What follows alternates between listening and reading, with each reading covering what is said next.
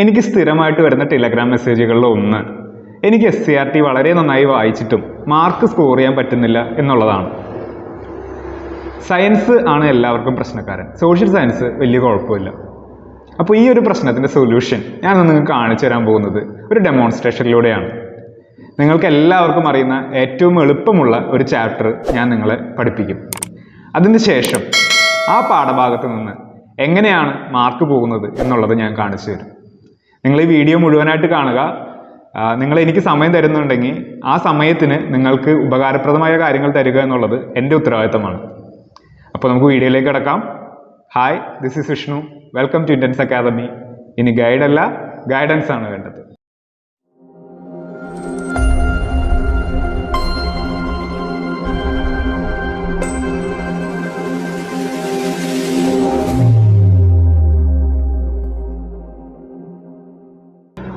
SCERT 5ാം ക്ലാസ്സിലെ ജീവജലം എന്നുള്ള പാഠഭാഗമാണ് ഞാൻ ഇന്ന് നിങ്ങൾക്ക് പഠിപ്പിക്കാനായിട്ട് പോകുന്നത്. നമുക്ക് എല്ലാവർക്കും അറിയാവുന്ന വളരെ സിമ്പിളായിട്ടുള്ള ഒരു പാഠഭാഗമാണിത്. നിങ്ങൾ ചെറുപ്പം തുടങ്ങി ജലത്തിൻ്റെ സവിശേഷതകളും കാര്യങ്ങളും എല്ലാം പഠിച്ചു വരുന്ന കാരണം കൊണ്ട് നിങ്ങൾക്ക് ഇതിന് കൺഫ്യൂഷൻ ഉണ്ടാക്കുന്ന ഒരു ഭാഗം വരിക എന്ന് പറയുന്നത് വളരെ ബുദ്ധിമുട്ടുള്ള ഒരു കാര്യമാണ്. അപ്പോൾ നമുക്ക് ഈ ചാപ്റ്ററിലേക്ക് കടക്കാം. 9 കാര്യങ്ങളാണ് ഈ ചാപ്റ്ററിൽ നിങ്ങൾക്ക് പഠിക്കാനുള്ളത്. ഞാനൊരു നോട്ട് പ്രിപ്പയർ ചെയ്തിട്ടുണ്ട് ഈ ചാപ്റ്ററിൽ നിന്ന്. ഈ നോട്ട് പ്രിപ്പയർ ചെയ്തതിൻ്റെ അടിസ്ഥാനത്തിലാണ് ഞാൻ നിങ്ങളെ പഠിപ്പിക്കാൻ പോകുന്നത്. അപ്പോൾ നമ്മൾ 9 കാര്യങ്ങളും എണ്ണി ഓരോന്ന് പറയും. അത് നിങ്ങൾക്ക് ഞാൻ വിശദീകരിച്ച് തരും എന്താണെന്നുള്ളത്. അത് കഴിഞ്ഞ് ഞാനൊരു 3-4 ചോദ്യങ്ങൾ നിങ്ങളോട് ചോദിക്കും. ഓക്കെ, അപ്പോൾ അതിൻ്റെ ആൻസർ കിട്ടുന്നുണ്ടോ എന്നുള്ളത് അറിയുകയാണ് നമ്മുടെ ലക്ഷ്യം.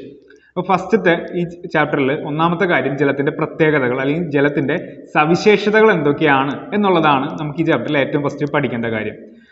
അപ്പോൾ നമുക്കറിയാം ജലത്തിനൊരു 5 സവിശേഷതകളുണ്ട്. അതാണ് നമുക്ക് SCERTയിൽ പഠിക്കാനുള്ളത്. ഒന്ന്, ജലത്തിൻ്റെ അലിയിപ്പിക്കാനുള്ള കഴിവ്. ജലം അത്യാവശ്യം കിട്ടുന്ന സാധനങ്ങളെല്ലാം അലിയിക്കും, അല്ലെങ്കിൽ അതിനെ ഡിസോൾവ് ചെയ്യുമെന്ന് പറയും. നമ്മൾ ഈ മധുരപാനീയങ്ങളും കാര്യങ്ങളൊക്കെ ഉണ്ടാക്കാൻ വേണ്ടിയിട്ട് ഈ ജലത്തിൻ്റെ ഈ ഒരു കഴിവാണ് നമ്മൾ ഉപയോഗിക്കുന്നത്. 2ാമത്, താപം വഹിക്കാനുള്ള കഴിവ്. ജലത്തിൻ്റെ താപം വഹിക്കാനുള്ള കഴിവ്. ഈ ഒരു പ്രോപ്പർട്ടി നമ്മൾ എവിടെ യൂസ് ചെയ്യുന്നത്? കുക്കിങ്ങിന്. നമ്മൾ പാചകം ചെയ്യുന്ന സമയത്ത് വെള്ളം ഒഴിച്ചിട്ടാണ് പാചകം ചെയ്യുന്നത്. അപ്പോൾ ഈ ഒരു കാര്യം നമ്മളവിടെ ജലത്തിൻ്റെ ഉപയോഗിക്കും. 3ാമത്തെയാണ് ഒഴുകാനുള്ള കപ്പാസിറ്റി. അതായത് നമ്മളിപ്പോൾ ജലത്തിന് ഒരു സ്ഥലത്ത് നിന്ന് വേറൊരു സ്ഥലത്തേക്ക് കൊണ്ടുപോകാനായിട്ട് നമ്മൾ ഇവിടെയൊക്കെ നമ്മുടെ നാടുകളിലൊക്കെ എന്താ ചെയ്യുന്നത്? പൈപ്പുകളിൽ കൂടെ കൊണ്ടുപോകും. അപ്പോൾ ഇത് ജലത്തിൻ്റെ ഒഴുകുന്ന ഒരു ഇതാണ്. അതേപോലെ തന്നെ നദികളിൽ കൂടെയൊക്കെ ജലം ഒഴുകിയാണ് പോകുന്നത്. അപ്പോൾ ഒരു പാർട്ടിക്കിളിനെ വേറൊരു സ്ഥലത്തേക്ക് കൊണ്ടുപോകാനായിട്ട് ഈ ജലത്തിൻ്റെ ഒഴുകുന്നു എന്നുള്ള ആ ഒരു പ്രോപ്പർട്ടി നമുക്ക് യൂസ് ചെയ്യാനായിട്ട് പറ്റും. ഇനി അടുത്ത് 4ാമത്തേന്ന് പറഞ്ഞാൽ നിശ്ചിതമായിട്ടുള്ള ആകൃതിയില്ല. നിശ്ചിതമായിട്ടുള്ള ആകൃതിയില്ല, അതൊരു ഏത് പാത്രത്തിലാണോ അത് എടുക്കുന്നത് ആ ഒരു പാത്രത്തിൻ്റെ ഷേപ്പ് അത് സ്വീകരിക്കും. അതുകൊണ്ട് നമുക്ക് ഇഷ്ടമുള്ള ആകൃതിയിൽ ജലത്തിനെ മാറ്റാനായിട്ട് അല്ലെങ്കിൽ നമുക്ക് ആ ജലം എടുക്കാനായിട്ട് സാധിക്കും. ഇനി 5ാമത്തെ എന്ന് പറഞ്ഞാൽ നമുക്ക് ഖരം, ദ്രാവകം, വാതകം എന്നീ 3 അവസ്ഥകളിൽ ജലം സ്ഥിതി ചെയ്യുന്നുണ്ട്. നമുക്ക് പുട്ടുണ്ടാക്കാനായിട്ടുള്ള ആ ഒരു പ്രോസസ്സ് ചെയ്യാനായിട്ട് നമുക്ക് ജലത്തിൻ്റെ ആവി ഫോം നമുക്ക് ഉപയോഗിച്ച് കഴിഞ്ഞാൽ വളരെ പെട്ടെന്ന് നമുക്ക് പുട്ട് വെന്ത് കിട്ടും. അപ്പോൾ ഈ ഒരു പ്രോപ്പർട്ടി ജലത്തിന് അവിടെ ഉപയോഗിക്കുന്നുണ്ട്. അങ്ങനെ 5 പ്രോപ്പർട്ടീസാണ്, 5 കാര്യങ്ങളാണ് ജലത്തിൻ്റെ നമ്മൾ ഈ ഒരു ചാപ്റ്ററിൽ പഠിക്കുന്നത്. ഓക്കെ, 2ാമത് നമ്മൾ പഠിക്കേണ്ട ഏറ്റവും ഇമ്പോർട്ടൻ്റ് ആയിട്ടുള്ള കാര്യമാണ് ലീനം, ലായകം, ലായിനി എന്നുള്ളവയും അവ തിരിച്ചറിയാനുള്ള കാര്യങ്ങളും. ഇതാണ് ഇതിനകത്ത് ഏറ്റവും ഇമ്പോർട്ടൻ്റ് ആയിട്ട് എനിക്ക് തോന്നുന്ന ഒരു കാര്യം. അപ്പോൾ ഏതാണ് ലായിനി, ഏതാണ് ലായകം, ഏതാണ് ലീനം എന്നുള്ളത് മനസ്സിലാക്കുക ഈ ഒരു കാര്യത്തിൽ, ഈ ഒരു ഭാഗത്ത് വളരെ ഇമ്പോർട്ടൻ്റ് ആണ്. ഇപ്പം ഞാനതൊരു എക്സാമ്പിൾ സഹിതം നിങ്ങൾക്ക് വിശദീകരിച്ച് തരാം. നമ്മൾ പഞ്ചസാര വെള്ളം ഉണ്ടാക്കുകയാണ്. അപ്പോൾ ആദ്യം ലീനം എന്താണെന്ന് നോക്കാം. ഏത് സാധനത്തിനെയാണോ അലിയിപ്പിക്കേണ്ടത് ആ വസ്തുവിനെ നമ്മൾ പറയുന്ന പേരാണ് ലീനം. ഇപ്പോൾ പഞ്ചസാര വെള്ളം, അതായത് പഞ്ചസാര എന്ന ലീനം, അവിടെ ലീനം പഞ്ചസാരയാണ്. ആ പഞ്ചസാരനെയാണ് നമ്മൾ അലിയിപ്പിക്കേണ്ടത്. അതുകൊണ്ട് ആ ഒരു പ്രോസസ്സിൽ നമ്മുടെ ലീനം എന്ന് പറയുന്നത് പഞ്ചസാരയാണ്. എന്തിലാണോ അലിയിപ്പിക്കുന്നത് അതിനെ ലായകം എന്ന് പറയുന്നു. ഇവിടെ പഞ്ചസാര അലിയിപ്പിക്കുന്നത് വെള്ളത്തിലാണ്. അതുകൊണ്ട് വെള്ളം ലായകം എന്ന് പറയുന്നു. ഈ പഞ്ചസാരയും വെള്ളവും, അതായത് ലീനവും ലായകവും ചേർന്ന് നമുക്ക് കിട്ടുന്നതാണ് ലായിനി. ഓക്കെ, അപ്പോൾ നമുക്കറിയാം ഈ പറഞ്ഞ ഖരവസ്തുക്കൾ മാത്രമല്ല നമുക്ക് ലായിനി ഉണ്ടാക്കാനായിട്ട് ഉപയോഗിക്കാനായിട്ട് പറ്റുക. ലീനവും ഇതൊക്കെ പല പല പ്രോപ്പർട്ടീസിലുള്ള അല്ലെങ്കിൽ പല സ്റ്റേറ്റിലുള്ള വസ്തുക്കൾ നമുക്ക് അതിനകത്ത് മാറി കിട്ടും. ഇപ്പോൾ ദ്രാവകം ആയിട്ടുള്ള കാര്യങ്ങൾ നമുക്ക് അലിയിപ്പിക്കാൻ പറ്റും, വാതകമായിട്ടുള്ളത് അലിയിപ്പിക്കാൻ പറ്റും. വാതകത്തിൻ്റെ ഒരു എക്സാമ്പിൾ പറയുകയാണെങ്കിൽ സോഡ വാട്ടറിൽ കാർബൺ ഡൈ ഓക്സൈഡ് ആണ് ലീനം. കാർബൺ ഡൈ ഓക്സൈഡ് ജലത്തിൽ ലയിപ്പിച്ചിട്ടാണ് നമുക്ക് വാട്ടർ അല്ലെങ്കിൽ സോഡ വെള്ളം കിട്ടുന്നത്. അപ്പോൾ അവിടെ ലീനം എന്ന് പറയുന്നത് കാർബൺ ഡൈ ഓക്സൈഡും ലായകം വെള്ളവും അവിടെ ലായനിയായിട്ട് കിട്ടുന്നത് സോഡ വെള്ളവുമാണ്. അപ്പോൾ ഇത്രയും കാര്യങ്ങൾ ഈ ഒരു ഭാഗത്ത് നമുക്ക് മനസ്സിലാക്കേണ്ടത് ലീനം, ലായകം, ലായനി എന്നുള്ളത് എന്താണെന്നും അതിനെ വേർതിരിച്ചറിയുക എന്നുള്ളതാണ് ഇതിൽ പ്രധാനമായിട്ടുള്ള കാര്യം. അടുത്തതാണ് നമുക്ക് ഇതിനകത്ത് പഠിക്കാനുള്ളത് സാർവിക ലായകം എന്നുള്ള ടോപ്പിക്ക്. എന്താണ് സാർവിക ലായകം? നമ്മൾ ജലത്തിനെയാണ് സാർവിക ലായകം എന്ന് പറയുന്നത്. എന്തുകൊണ്ടാണ് ആ പേര് ജലത്തിന് കിട്ടിയത്? എല്ലാ വസ്തുക്കളെയും ജലം അലിയിപ്പിക്കുന്നത് കൊണ്ടാണോ? തീർച്ചയായിട്ടും അല്ല. ജലം എല്ലാ വസ്തുക്കളെയും അലിയിപ്പിക്കുന്നില്ല. ഇപ്പോൾ നമ്മളൊരു കല്ലെടുത്ത് ജലത്തിലിട്ട് കഴിഞ്ഞാൽ അത് അലിയോ? ഇല്ല. ജലത്തിന് സാർവിക ലായകം എന്ന പേര് കിട്ടിയത് അത് മറ്റു പദാർത്ഥങ്ങളെ അപേക്ഷിച്ച് ഏറ്റവും കൂടുതൽ വസ്തുക്കളെ അലിയിക്കുന്നു എന്നുള്ളത് കൊണ്ടാണ്. അതുകൊണ്ട് സാർവിക ലായകം ജലം എന്നുള്ള കാര്യം ഓർത്തിരിക്കുക. നാലാമത് നമ്മൾ ഈ ചാപ്റ്ററിൽ പഠിക്കാനുള്ളതാണ് വാട്ടർ ലെവൽ അഥവാ ജലവിധാനം. ജലവിധാനം എന്താണ്? ഇപ്പോൾ നമ്മളൊരു കപ്പ് ഒരു കപ്പും ബക്കറ്റും എടുത്തിട്ട് ആ ബക്കറ്റിൽ നിറച്ച് വെള്ളം ഉണ്ടെന്ന് വയ്ക്കുക. നമ്മൾ ആ ബക്കറ്റിൽ നിന്ന് ഒരു കപ്പ് വെള്ളം നമ്മൾ അതിൽ നിന്ന് കോരി എടുത്തു കഴിഞ്ഞാൽ നമ്മൾ ആ കോരുന്നതിന് തുല്യമായിട്ടുള്ള അളവിൽ ജലം താഴും. അതായത് ജലം ആദ്യം കൂടുതലുണ്ടായിരുന്ന ലെവലിൽ നിന്ന് ഒരു സ്ഥലത്ത് നിന്ന് കുറഞ്ഞു കഴിയുമ്പോൾ ജലം അതിനനുസരിച്ച് താന്ന് ആ ലെവൽ മെയിൻറ്റെയിൻ ചെയ്യും. ഇതിനെയാണ് ജലവിധാനം എന്ന് പറയുന്നത് അഥവാ വാട്ടർ ലെവൽ. ജലം വിധാനം പാലിക്കുന്നു എന്നുള്ളത് ഓർത്തിരിക്കുക. അഞ്ചാമത്തെയും ആറാമത്തെയും പോയിന്റുകൾ കുറച്ച് കണക്ക് ആയിട്ട് ബന്ധപ്പെട്ടതാണ്. അതായത് നമ്മൾ ദ്രാവകങ്ങൾ അളക്കാനായിട്ട് ഉപയോഗിക്കുന്ന യൂണിറ്റ് അഥവാ ഏകകം എന്ന് പറയുന്നത് ലിറ്ററാണ്.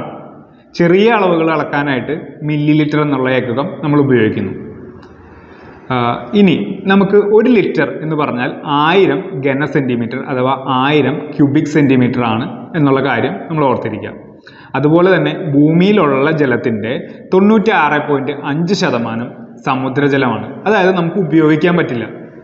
ആകെയുള്ള 3.5% ജലം മാത്രമാണ് നമുക്ക് ഉപയോഗിക്കാൻ പറ്റുന്നത്. അതാണ് നമുക്ക് കുടിക്കാനും മറ്റാവശ്യങ്ങൾക്കും ഒക്കെ കിട്ടുന്നത്. അതുകൊണ്ട് തന്നെ ജലം അമൂല്യമാണ് എന്നുള്ള കാര്യം ഓർത്തിരിക്കുക. ഏഴാമത്തെ ഏറ്റവും പ്രധാനപ്പെട്ട പോയിന്റാണ് ജലപരിവൃത്തി അഥവാ വാട്ടർ സൈക്കിൾ. നമുക്ക് അറിയാം ജലാശയങ്ങളിലും സസ്യങ്ങളിലും ഉള്ള ജലത്തിൻ്റെ അംശം അത് സൂര്യൻ്റെ ചൂടേറ്റ് മുകളിലേക്ക് നീരാവിയായിട്ട് പോകുന്നു. അത് മേഘമായി അവസാനം മഴയായി നമുക്ക് താഴെ വീണ്ടും ജലമായിട്ട് കിട്ടുന്നു. അപ്പോൾ ഈ ഒരു പ്രോസസ്സ് അതിങ്ങനെ ഒരു സൈക്ലിക് പ്രോസസ്സാണ്. അതായത് വീണ്ടും എവിടെന്നെങ്കിലും തുടങ്ങി അത് വീണ്ടും കറങ്ങി തിരിഞ്ഞ് അവിടേക്ക് തന്നെ എത്തുന്നു. അതിനാണ് നമ്മൾ സൈക്ലിക് പ്രോസസ്സ് അല്ലെങ്കിൽ സൈക്ലിക് പ്രക്രിയ എന്ന് പറയുന്നത്. അപ്പോൾ ഈ ഒരു പ്രക്രിയ നമുക്ക് വളരെ ഇമ്പോർട്ടൻ്റ് ആയിട്ട് മനസ്സിലാക്കണം. അതിൻ്റെ ഒപ്പം തന്നെ നമുക്ക് 2 പ്രോസസ്സുകൾ ഇവാപ്പറേഷൻ അഥവാ ബാഷ്പീകരണം, കണ്ടൻസേഷൻ അഥവാ സാന്ദ്രീകരണം എന്നുള്ള 2 പ്രോസസ്സുകളും എന്താണ് എന്നുള്ള കാര്യം നമുക്ക് നോക്കണം. ആദ്യം തന്നെ നമുക്ക് ആ വാട്ടർ സൈക്കിൾ ഒന്ന് കാണാം.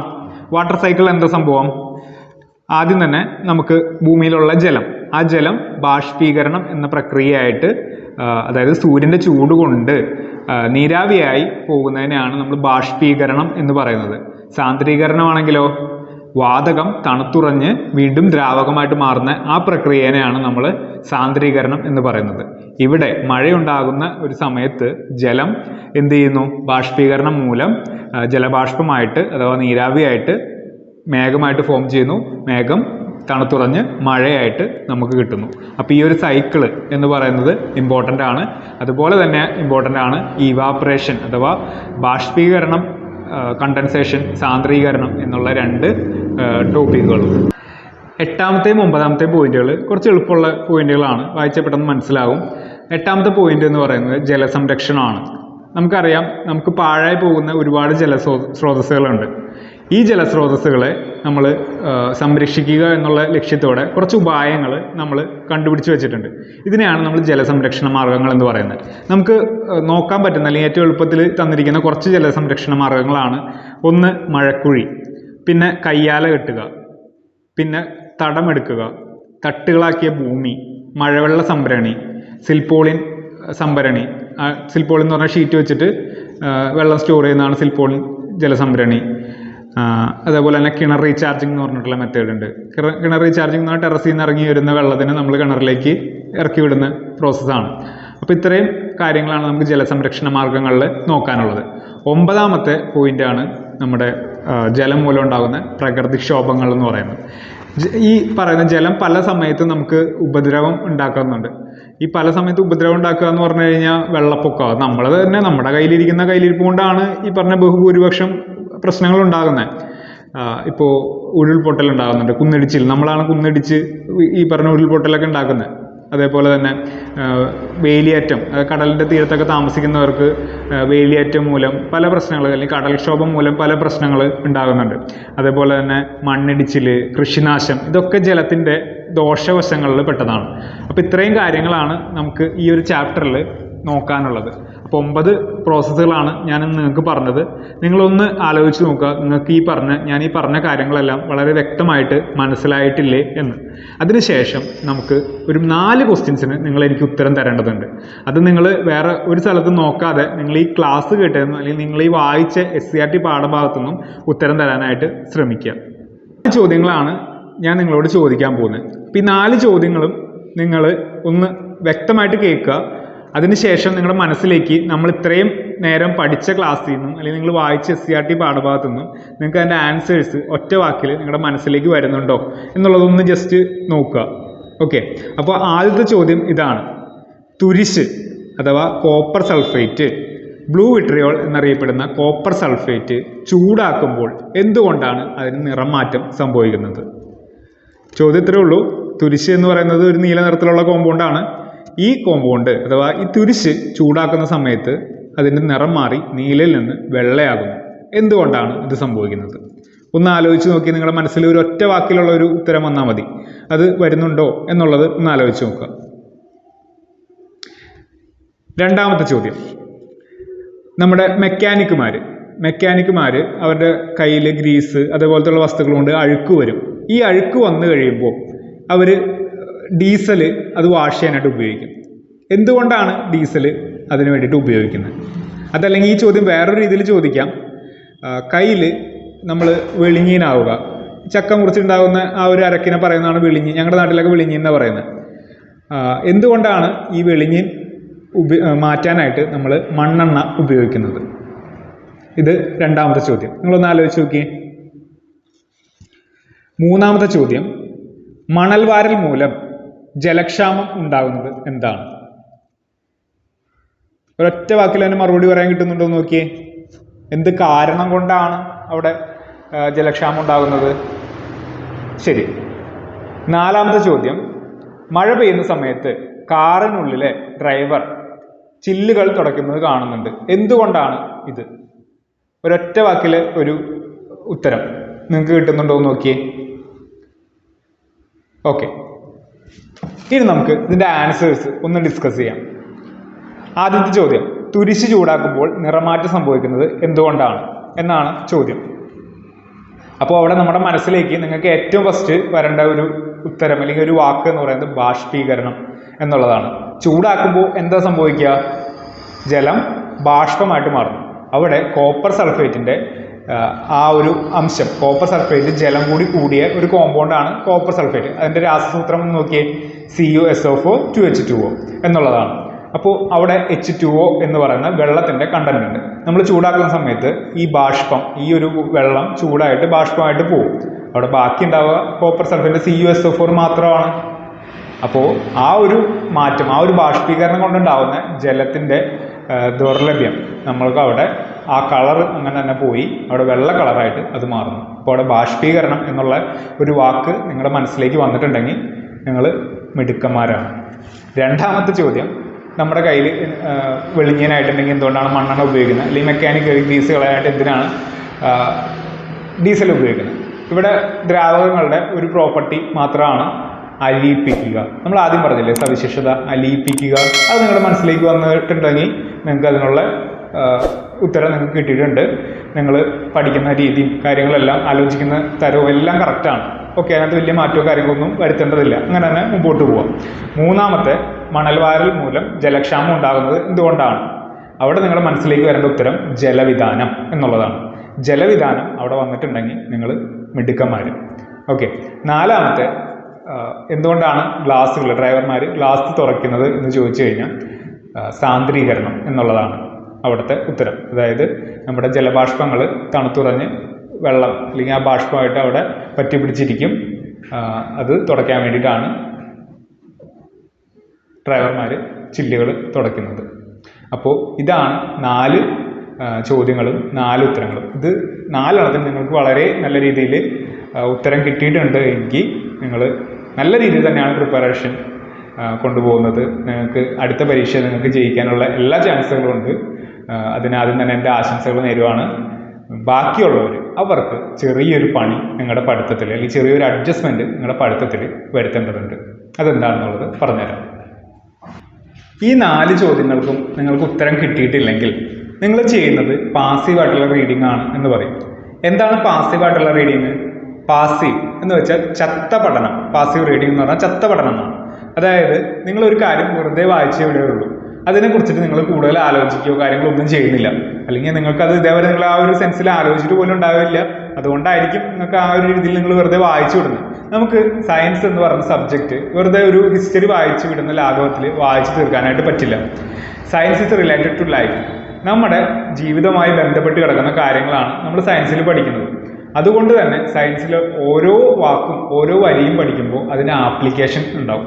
ആ ആപ്ലിക്കേഷൻ എന്താണ് എന്ന് മനസ്സിലാക്കി നിങ്ങൾ ആ രീതിയിൽ നിങ്ങളുടെ പഠനത്തിനെ ഒന്ന് തിരിച്ചുവിടാൻ ശ്രദ്ധിച്ചില്ലെങ്കിൽ നിങ്ങൾക്ക് സയൻസിൽ നിന്ന് മാർക്ക് സ്കോർ ചെയ്യുക എന്നുള്ള കാര്യം വളരെ ബുദ്ധിമുട്ടായിരിക്കും. നിങ്ങൾ SCERT പാഠഭാഗത്ത് ഓരോ വാക്കും ഓരോ വരിയും വായിക്കുമ്പോൾ ആ വരി എങ്ങനെ നിങ്ങളുടെ മുമ്പിൽ ചോദ്യമായിട്ട് എത്തുന്നു, ഏതൊക്കെ കാര്യങ്ങൾ ഏതൊക്കെ സാഹചര്യങ്ങൾ അതിൽ നിന്ന് നിങ്ങൾക്ക് ചോദ്യം ഫ്രെയിം ചെയ്ത് വരാം എന്നുള്ള കാര്യങ്ങളൊക്കെ നിങ്ങൾ ആലോചിച്ചിരിക്കണം. അപ്പോൾ നിങ്ങൾ വിഷമിക്കൊന്നും വേണ്ട, ഒരിത്തിരി സമയം എടുക്കുന്നുള്ളൂ. നിങ്ങൾക്ക് ആ രീതിയിൽ ആലോചിച്ചെടുക്കാൻ തന്നെ പറ്റും. അങ്ങനെ ചെയ്തു കഴിഞ്ഞാൽ നിങ്ങൾ അടുത്ത പരീക്ഷകൾക്ക് നിങ്ങൾക്കത് വളരെ നല്ല രീതിയിൽ യൂസ് ആകും എന്നുള്ള കാര്യമാണ് എനിക്ക് പറയാനുള്ളത്. അപ്പോൾ ഇനി അടുത്ത ക്ലാസ്സിൽ നമ്മൾ വരുമ്പോഴത്തേക്കും നിങ്ങൾ അല്ലെങ്കിൽ അടുത്ത SCERT ചാപ്റ്റർ പഠിക്കുമ്പോഴെങ്കിലും നിങ്ങൾ ആ തരത്തിൽ ഒരു അഡ്ജസ്റ്റ്മെൻറ്റ് നിങ്ങൾ ചെയ്തിട്ടുണ്ടാവണം എന്നുള്ളൊരു റിക്വസ്റ്റ് എനിക്കുണ്ട്. വളരെ എളുപ്പമായിട്ട് ഉള്ള ഒരു SCERT ചാപ്റ്ററാണ് ഞാൻ ഇന്ന് നിങ്ങൾക്ക് പറഞ്ഞു തന്നത്. അപ്പോൾ അതിൽ നിന്ന് നിങ്ങൾക്ക് ഇത്രയധികം കൺഫ്യൂഷൻ വരുന്നുണ്ട്, അല്ലെങ്കിൽ ഞാൻ ചോദിക്കുന്ന ചോദ്യങ്ങളിൽ നിന്ന് നിങ്ങൾക്കത് ഫിഗർ ഔട്ട് ചെയ്യാൻ പറ്റുന്നില്ലെങ്കിൽ നിങ്ങൾ ടഫായിട്ടുള്ള ചാപ്റ്റേഴ്സ് നിങ്ങൾ എങ്ങനെ സ്കോർ ചെയ്യും? അതൊരു പ്രശ്നമല്ലേ? അപ്പോൾ അവിടെ മാറ്റേണ്ടത് നിങ്ങളുടെ ഈ പറഞ്ഞ അനാലിസിങ് സ്കില്ലാണ്.